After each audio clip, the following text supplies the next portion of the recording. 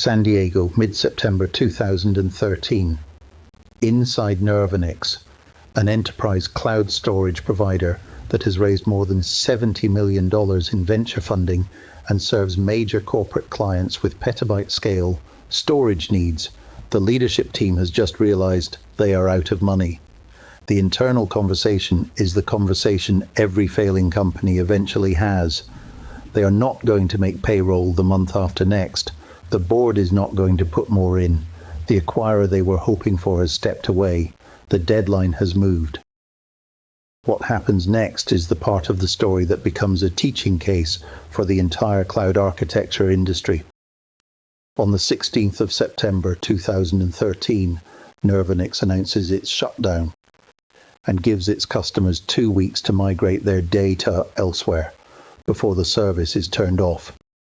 2 weeks. For petabyte-scale enterprise workloads, the customers scramble. Some lose data. The migration tooling and bandwidth are not built for the scale Nirvanix is asking of them.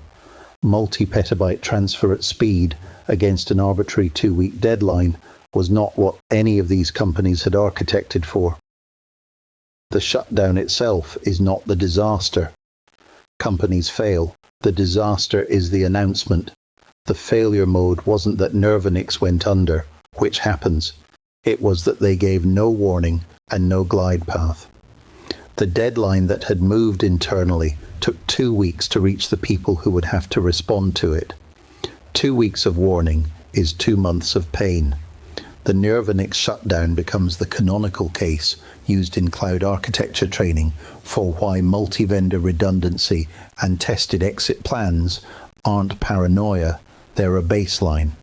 The underlying point for a manager isn't about cloud storage, it's that a deadline can be moved, a plan can change, a project can die.